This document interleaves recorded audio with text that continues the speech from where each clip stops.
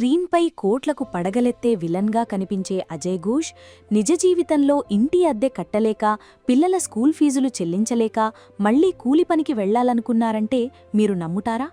కానీ నిజంగానే ఆయనకు ఆ పరిస్థితి వచ్చింది. ఎక్కడో ఒక మారుమూల పల్లెటూరిలో పుట్టి పెయింట్ పని, పొలం పని చేసుకుంటూ సినిమాల మీద పిచ్చితో పెళ్లాం పిల్లల్ని వదిలేసిన అజయ్ ఘోష్ ఈరోజు తెలుగు సినిమా ఇండస్ట్రీలో ఎన్నో గొప్ప క్యారెక్టర్స్ చేసి తమిళ్, కన్నడ సినిమాల్లో కూడా బిజీగా ఉన్నారు. అయితే సూపర్ హిట్ సినిమాల్లో యాక్ట్ చేసినా కూడా ఆయనకు సంవత్సరం పాటు అవకాశాలు ఎందుకు రాలేదు? స్టేజ్ మీద ఎందుకని ఆయన అలా బూతులు మాట్లాడతారు? చిరంజీవి గారి సినిమాల్లో 3 సార్లు ఛాన్స్ వచ్చినా ఎందుకు చెయ్యలేదు? అందరూ ఉండి కూడా అనాథాలా బ్రతుకుతున్నారు. 80 సినిమాల్లో యాక్ట్ చేసి ఎన్ని కోట్లు సంపాదించారు అనే విషయాలను ఈ వీడియోలో తెలుసుకుందాం. ఎక్కడా స్కిప్ చెయ్యకుండా చివరి వరకు చూడండి. అజయ్ ఘోష్ గారి ప్రయాణం ఎక్కడ మొదలైంది అనే విషయం గురించి తెలుసుకోవాలంటే మనం ఆయన సొంత ఊరైన ఏటపాకకు వెళ్ళాలి. సినిమా గ్లామర్ వెనుక ఉండే చీకటి కోణాలను చూసే ముందు ఆయన పునాదులను మనం అర్థం చేసుకోవాలి. సినిమాల్లోకి రాకముందు ఆయన జీవితం పూలబాట ఏమీ కాదు.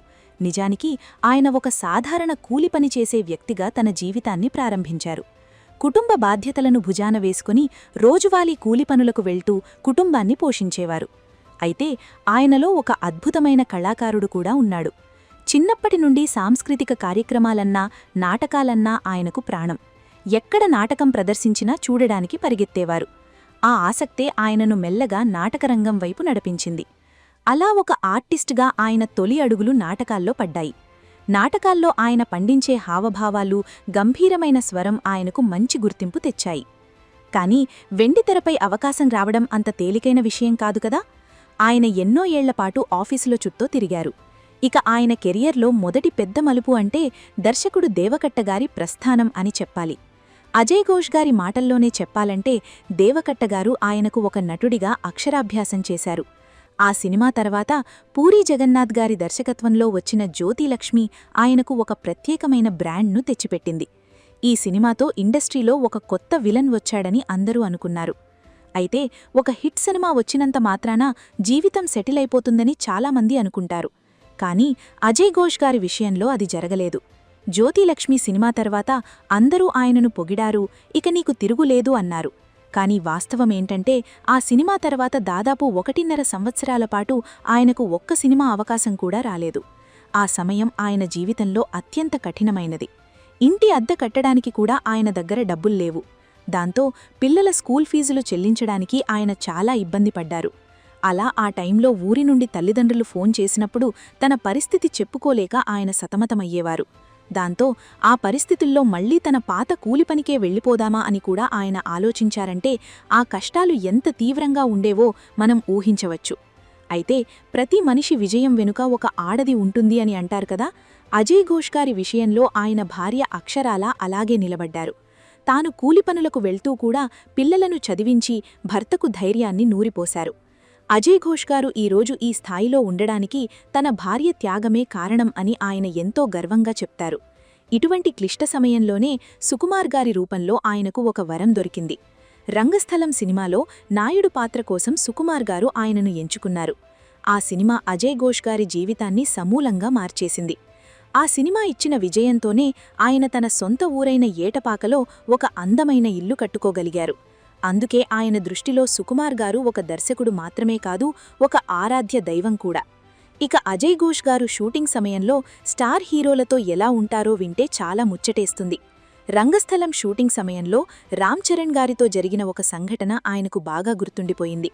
ఒక ఫైట్ సీన్ చేస్తున్నప్పుడు అజయ్ ఘోష్ గారి కాలికి దెబ్బ తగిలితే చరణ్ గారు వెంటనే స్పందించి తన సొంత ఆసుపత్రి అయిన అపోలోకు పంపించి వైద్యం చేయించారట. అలాగే పుష్ప సినిమా సమయంలో అల్లు అర్జున్ గారు ఆయన టైమింగ్ను చూసి ఆశ్చర్యపోయేవారట.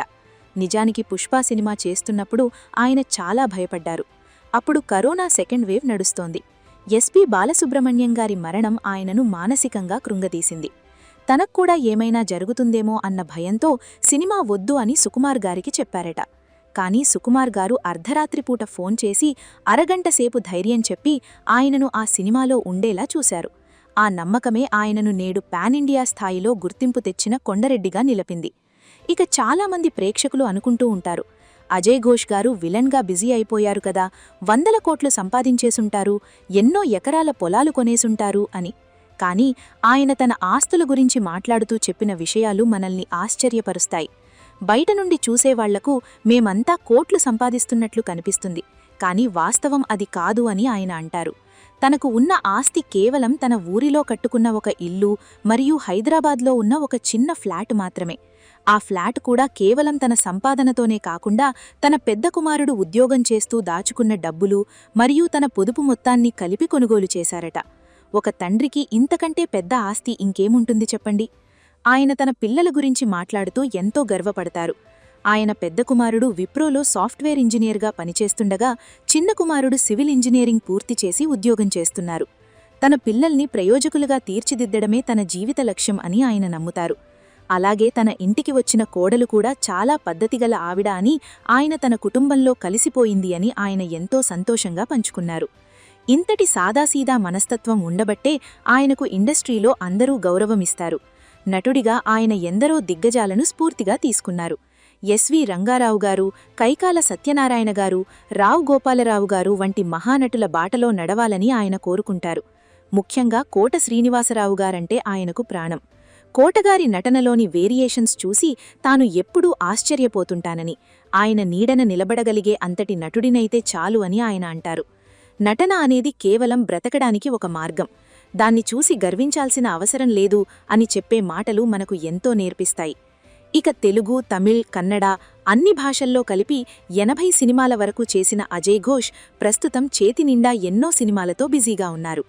అయితే ఆయన తనకి ఎంతో ఇష్టమైన చిరంజీవి గారి సినిమాల్లో నటించే అవకాశం 3 సార్లు వచ్చినా డేట్స్ కుదరక మిస్ అయ్యానని, అది తన దురదృష్టం అని ఆయన అంటారు.